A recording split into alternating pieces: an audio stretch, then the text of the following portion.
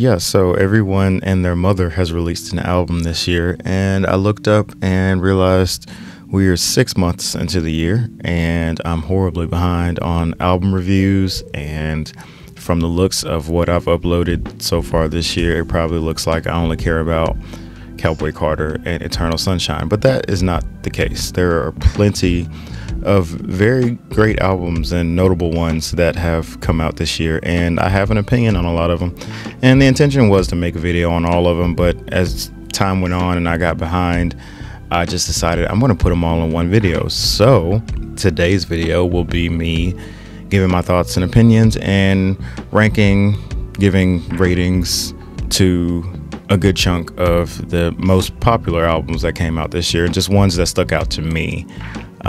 So yeah, I have my wine and my mic. Let's go.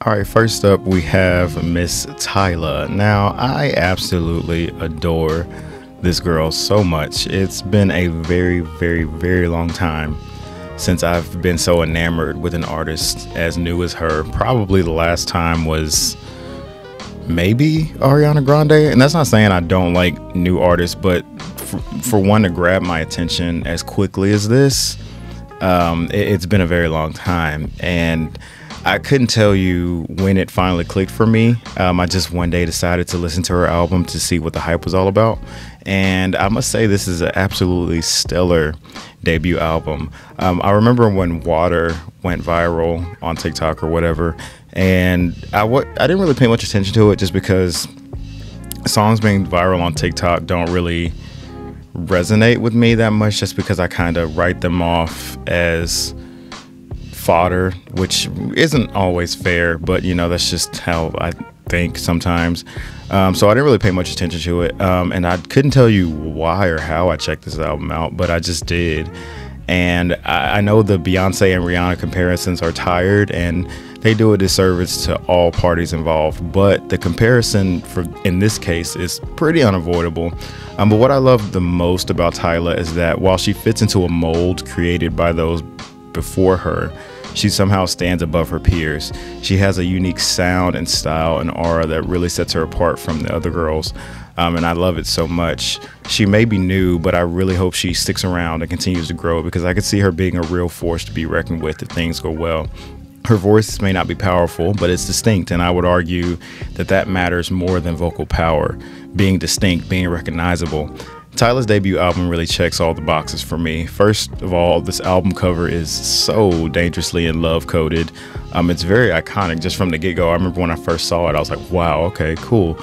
Every song on here is so well put together. The album just flows so well. It doesn't sound redundant at all. Tyla's flowery voice is really what drew me in, though. People love to make fun of the girls who have lighter tones with not much power, like the Janets and the Aaliyahs and the Sierras, but I love those voices so much. They're very pleasant to listen to, and they have their place in the industry. Not everyone can be a Whitney Houston or a Mariah Carey, and that's okay. That's how it should be, honestly.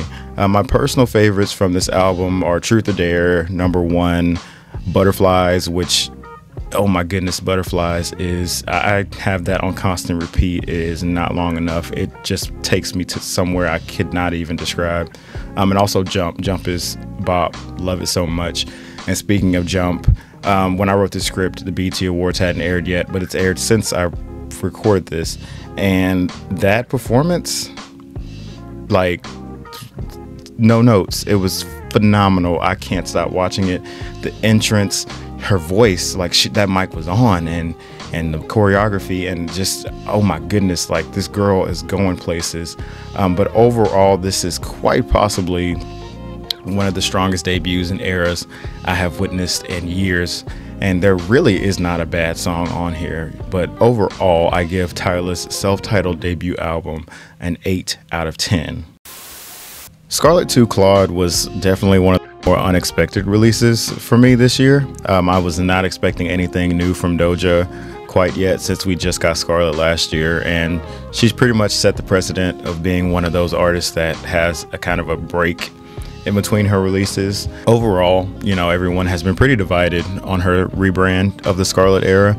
Some people love it, some people hate it, and then you throw in her online antics and stuff that has happened in the last year, and people become even more opinionated on it, and she's been unsuccessfully canceled multiple times. I said this already in my Scarlet album review. Be sure to check that out. But concisely, I like the new Doja Cat. I love her. I love the vibe, and she's really leaning into the chaotic neutral lane.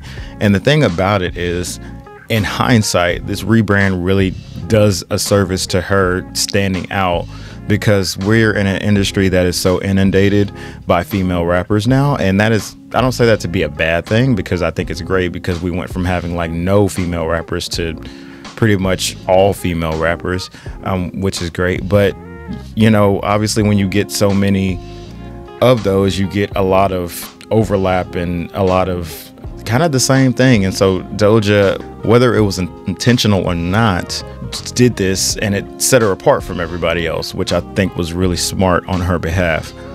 If she stayed in the hot pink and planted her pop lane for too long, people would have called her washed up, a one-trick pony. Scarlet was born out of Doja's frustration with being told she's just another pop girl. She suffered from the same issue that plagued Nicki Minaj back in 2012.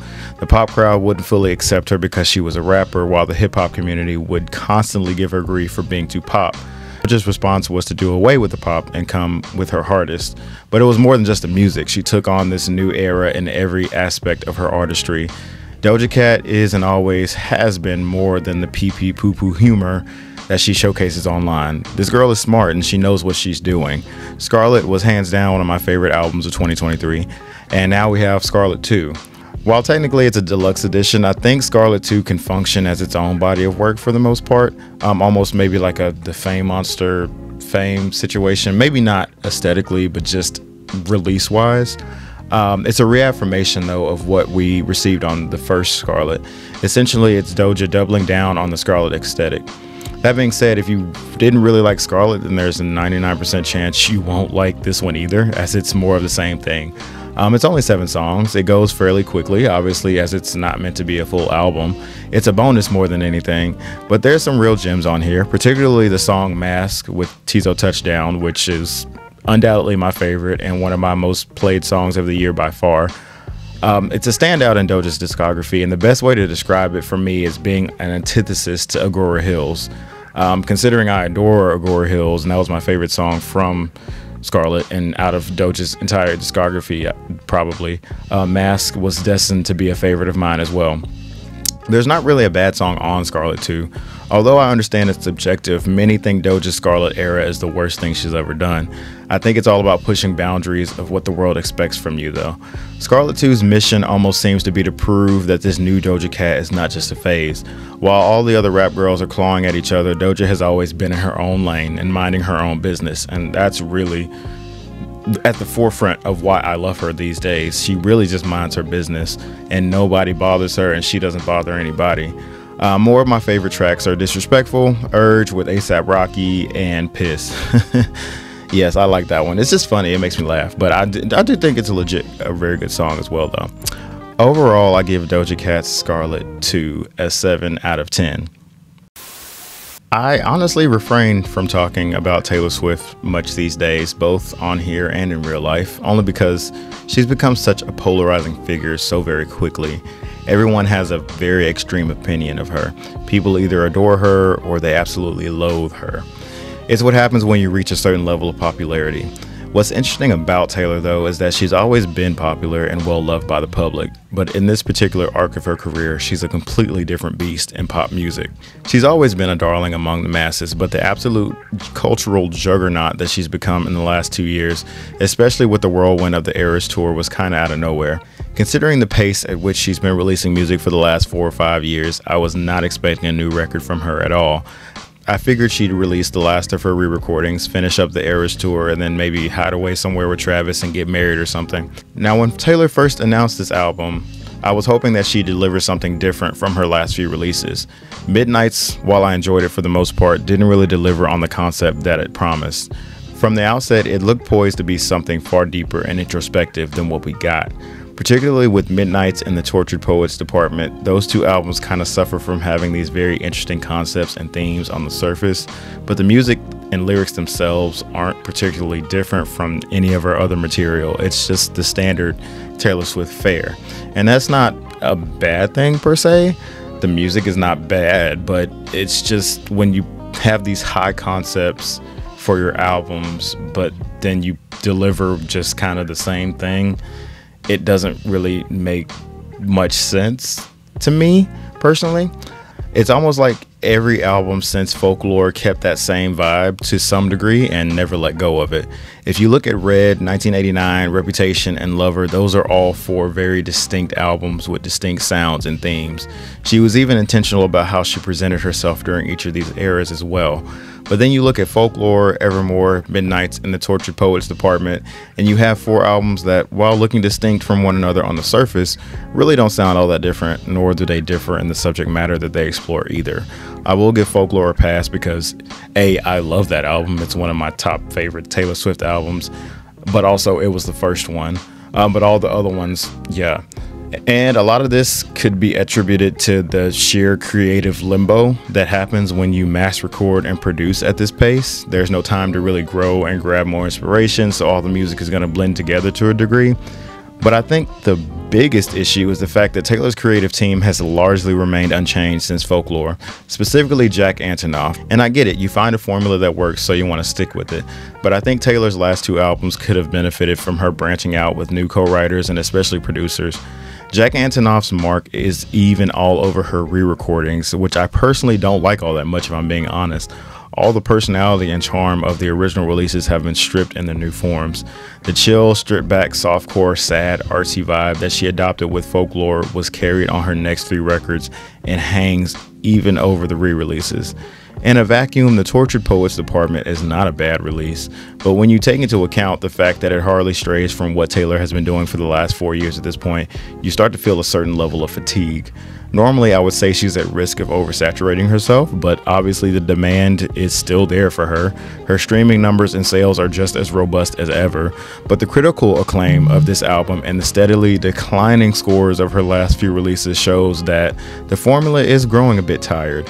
On my first listen of this album, I pretty much dismissed it almost immediately, but I came back to it and I sat down for this video and I took on the task of listening to the absolutely insane 31 track anthology version. And brutal honesty, more than half of this album, maybe 3/4 honestly, sounds completely the same to me. It definitely has its moments.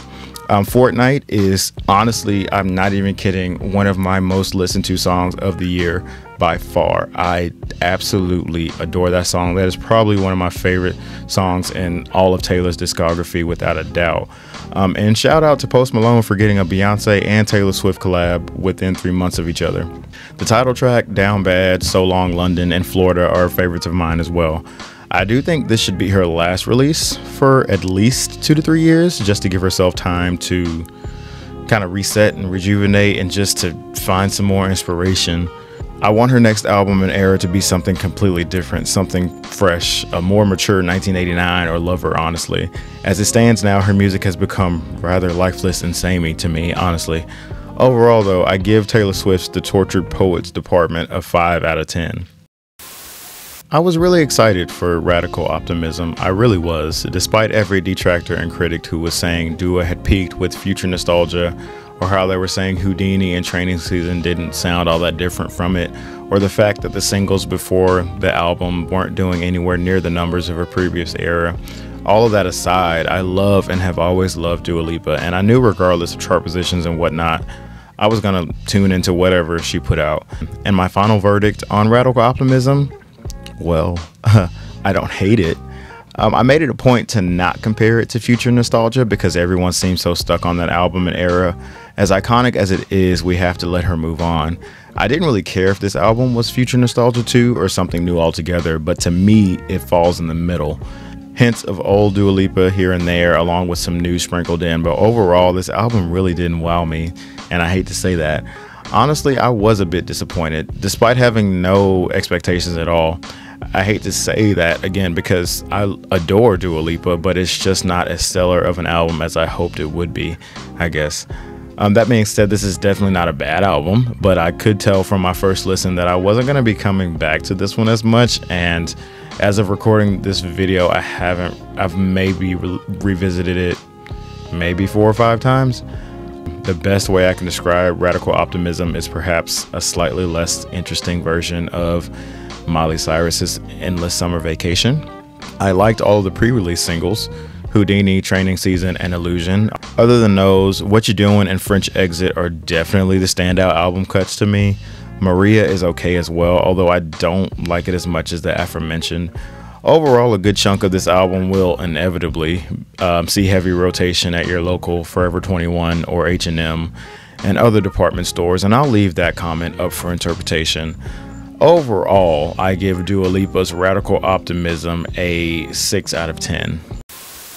In a year where it seems like everyone has put out an album, somehow Billie slipped under my radar. I really didn't hear much about this album and its release, which is a shame because it's a very solid album. I love Billie Eilish, and I can always count on her to deliver something that I'm going to keep on repeat. While I wasn't particularly fond of her debut album, her second album, Happier Than Ever, absolutely blew me away. I ran that album into the ground. Hit Me Hard and Soft packs the same punch, although I do still prefer Happier Than Ever just a bit as of now. It's kind of turned into a toss-up now. I kind of love them both equally. This album is still growing on me though at a very rapid pace. What really attracted me to Billie's music is the fact that other artists her age were stuck with Disney and Nickelodeon, and she was always pursuing a more mature sound and tone with her music. This whole album is just such a vibe, and it doesn't pull punches with the emotions. The first track will literally have you in tears. The lead single, Lunch, is another standout to me. It's not a personal favorite of mine, but it's still a great listen regardless. Chihiro and Birds of a Feather are phenomenal as well. The Diner and Bittersweet are some of my favorites as well. This record really is a masterpiece. I really don't have that many notes for it. It's been on constant repeat for me, like many of the other albums on this list. Overall, I give Hit Me Hard and Soft, I give it honestly a 9 out of 10.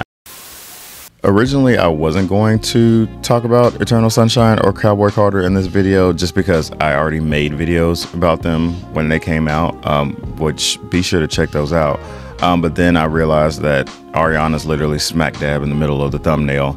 So I was like, okay, yeah, maybe I should, just so this isn't like clickbait or false advertising or whatever. But concisely, Eternal Sunshine is a masterpiece to me, and I'm fully acknowledging some of my bias because I love Ariana, but I just to me, I feel like as objectively as I can be, like this is not only one of the best releases of the year, but one of the best releases of Ariana's career, her entire discography at this point. And it was really hard to follow up for me Positions, because Positions was just, it is such a special album to me, and I adore that album. I felt like that was a peak for her. So I really didn't know what to expect coming after that, and she just blew it out of the water, and it was great. And I love this album so much. There's really no skips on it. And as far as some of my favorites from it, I Don't Want to Break Up Again, the title track, Supernatural actually grew on me a lot because I didn't hate it at first. It wasn't one of my favorites, but it really grew on me. I love that song so much now. The Boy Is Mine, Yes and We Can't Be Friends, by like the whole album is just amazing, and it's just such a vibe, and I just love it so much. And leave it to Ariana to make an album that, you know, is somehow sad but makes you feel hopeful at the same time, and that's just something that I've always loved about her as far as her more recent releases.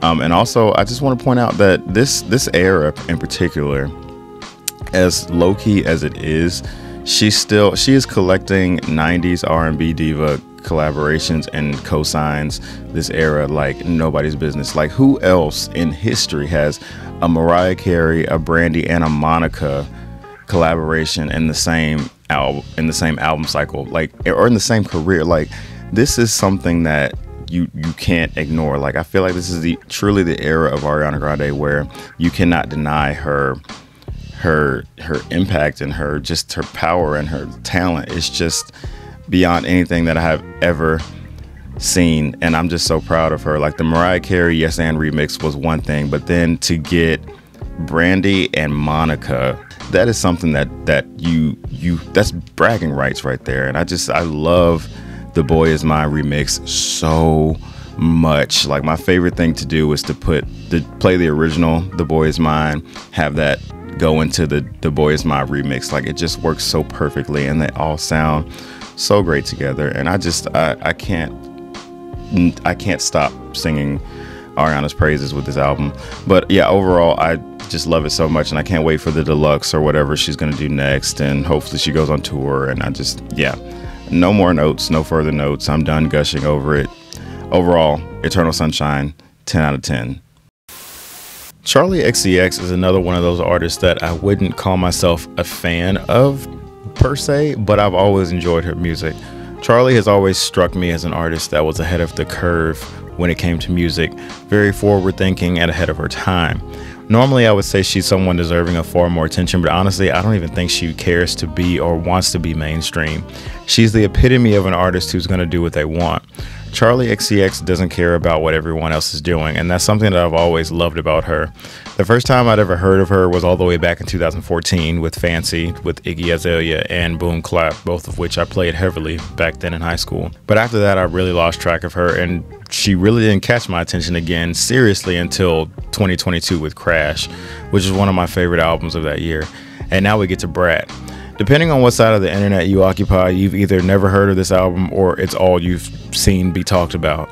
Honestly, this album was nowhere on my list of anticipated albums of this year, but so many were talking about it that I just had to go see what the hype was all about, because I felt like I was missing out on something. And I can say the hype is justified. Not everyone is going to get Brat, especially if the hyperpop, hardcore, club pop, dance music vibe, especially if that's not your thing. And that's fine, it's not for everyone. But if there was ever a testament to the brilliant mind of Charli XCX, then this album is proof of it. Brat really is a musical experience, and you really couldn't tell that from the album cover. It's so rich. It's a perfect club record through and through.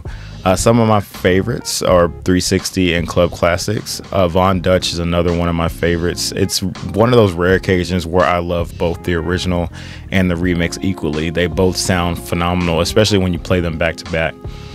Addison Rae sounds great on it. Everything Is Romantic is probably another one of my most played songs of the year thus far, and I'm not kidding. One night I was listening to the album, and this song, I heard it for the first time and it just hit something in me, and I kid you not, I listened to it 7 times back to back because of how moved I was by it. I can't describe it, but I haven't been this obsessed with the song in a very, very long time. I also loved the Girl So Confusing remix with Lorde that she just put out as well. Brat was definitely an unexpected favorite of mine this year. And just the fact that it is so forward thinking musically and just so unique and so distinct puts it very high on my list. I honestly, I feel like objectively this is one of the highlights of the year. But overall I give Brat by Charli XCX an 8 out of 10. It's been quite a year for Megan Thee Stallion. I've always been very, very proud of her. And I remember everything about Megan's career, from the Stally freestyle to Big Ol' Freak to WAP and the Savage remix and everything in between. Megan Thee Stallion just has a genuine down-to-earth air about her that has always made me love her. Cobra came out last year, and that was her comeback single, and I always adored it. The way she combined rock and rap like that was something I loved. Hiss came next and caused a ruckus out of absolutely nowhere, and it got her her very first solo #1. Personally, I only ever listened to it maybe once or twice, maybe 3 times, but I was glad my girl had another hit under her belt. Boa was the third and final single before the album came out, and now we have her self-titled album. This was the first Megan album that I was really anticipating, honestly. Her last two weren't really on my radar simply because I just didn't follow her like that back then. I kind of supported her from afar. But I've listened to them since and I love them both, especially Traumazine, which is criminally underrated to me. Judging by the tone of the first three singles from Megan, I was expecting this album to be a pull no punches type of record, and for the most part it is. I really enjoyed this album a lot, especially the production. It's a great leap from her last two albums, and honestly it really saves this album in a lot of ways for me.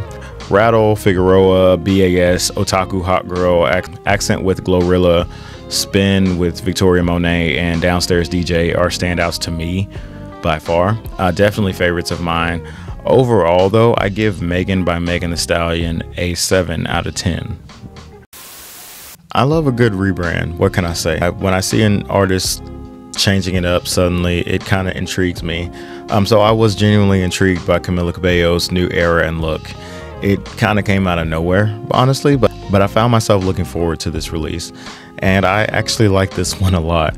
The reviews have been pretty mid so far, and just the reception I've seen online has been pretty merciless, to say the least. But I enjoyed it. I enjoyed it for what it was. Mainly, the biggest criticism I've seen is just the direction that she took with this album just felt inauthentic and whatnot. And I guess it doesn't come off that way to me personally because I never really followed Camila like that. So regardless, I love the sound of it. I love the alt pop dance vibe of it. It's very Charli XCX coded, so much so that I've seen people saying that she's stolen Charli's entire flow, and I won't comment on that, but I can't make the music not slap. I Love It with Playboi Carti has been stuck in my head for days, yet another song that has been on constant repeat for me. Chanel No. 5 is great.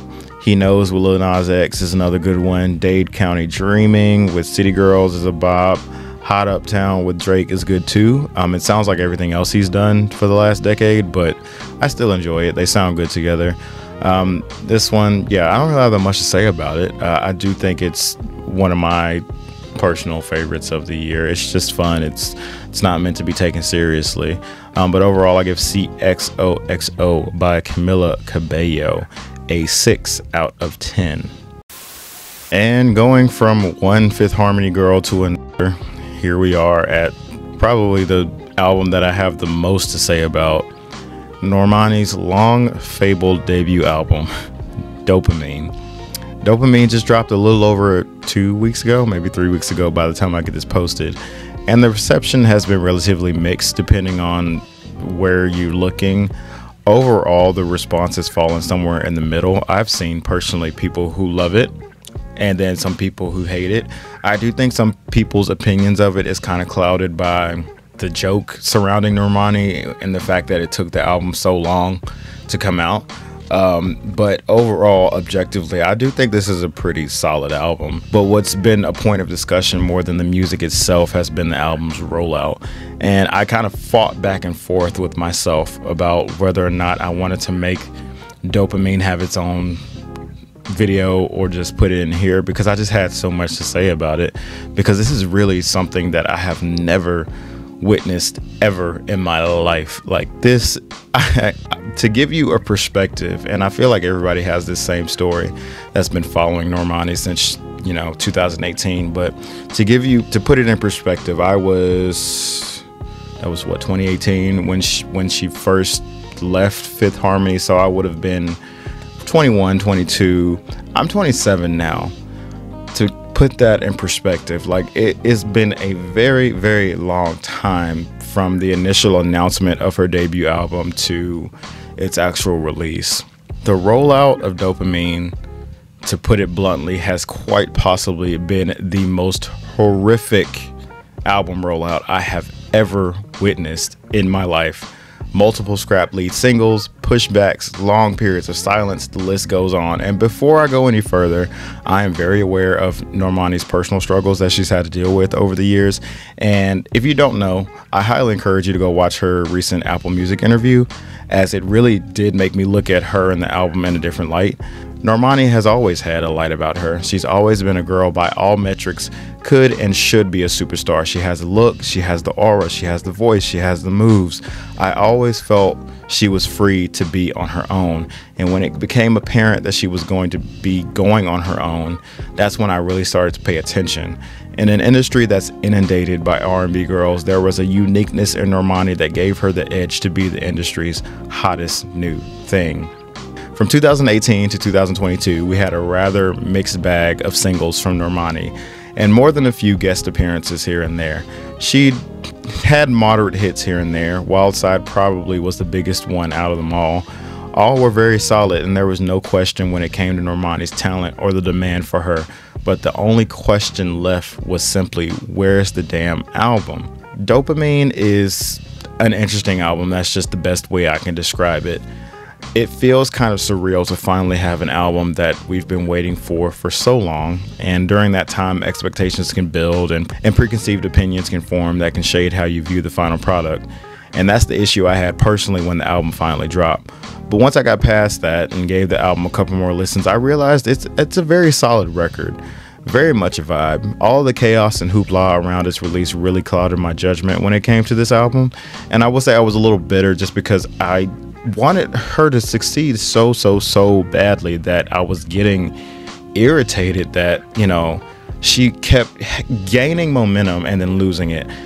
The Billboard Music Awards performance that she had with Khalid, that one, you know what I'm talking about, that had got people talking, and then Motivation came out, and like that was, her hype was at an all-time high, and then nothing ever came of that. The album never came, and then I thought her time was gone, and then I think everybody felt that way. And then Wild Side came, and I felt like she had a second chance. I'm like, okay, soft reset, let's try this again. Still nothing. And then after that, it was just like, okay, cool, whatever. I guess it'll just come out when it comes out. Going back to the album itself, I will say the album doesn't really start for me until track 3.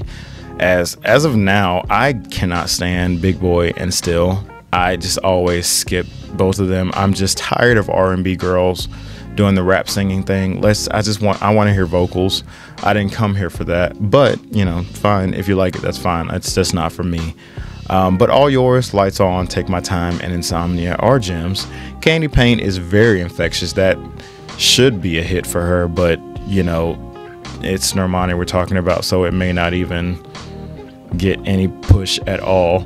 159 is, I know I've said this a few times in this video, but I really believe 159 is my most played song of 2024 by far. And it came out of nowhere, literally and figuratively. Like it's been on repeat and I cannot stop listening to that song. It just gives me those mid 2000s R&B vibes. And that's really where Normani shines the strongest. So I love it so much. After that though, the album kind of falls off for me with the exception of Wild Side. But of course that's been out already for years. But as it stands, Dopamine is a good album. It's a good album, but my frustration, I have like a weird relationship with it just because my frustration towards Normani at this point is just kind of And again, I know that she has had multiple things kind of come at her out of nowhere that she had to deal with, and I don't blame her if I had to go through what she had gone through. Again, you would not hear from me for a few years either. But as it stands, if we're just talking about this year, you have 159, the lead single, which was, for lack of a better term, soft launch. It came out, no hoopla, no push, no video, none of that, no performance. Candy Paint, second single, no push, no promotion, no performance, no video.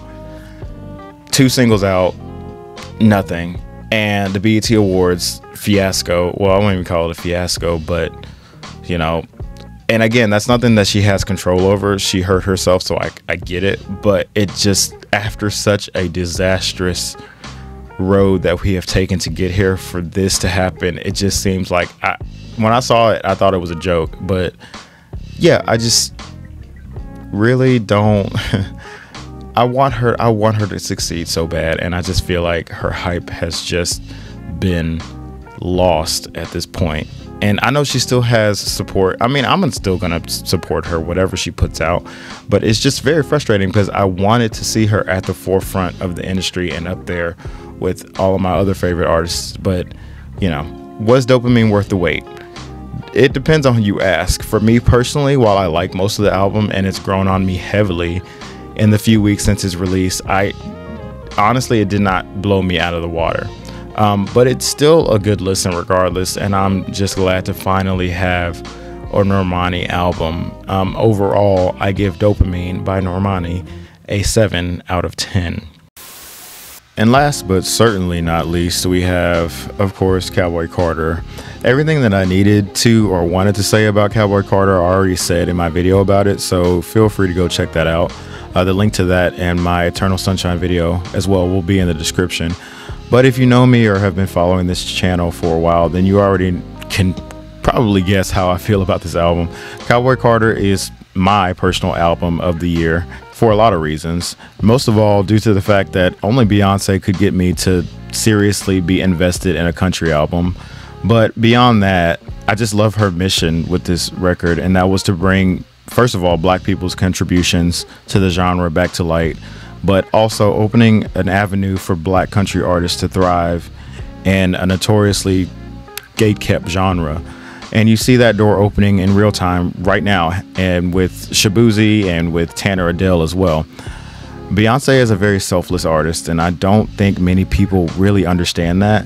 She has nothing left to prove, therefore she's using her platform to uplift those under her in the same way that those came before her uplifted her. And this is a woman who has a cosign from almost every legend, living and non-living. I'm talking Michael Jackson, Prince, Whitney Houston, Mariah Carey, Stevie Wonder, Luther Vandross, like the list goes on. Beyonce is really doing something that I wish more artists from her generation would do, and that's nurturing the next musical generation. But not to get too far off topic from the album itself, I love Cowboy Carter, obviously. I've seen recent criticisms that it's too long or too unfocused, and while I can somewhat see where they're coming from with it being too long maybe, the album being unfocused is just not true at all. I'm sorry. There's a deliberate narrative here, and I discussed that in my video on it. Again, go check it out. I didn't really touch on my favorites in that video or my opinions, so I'll do that here.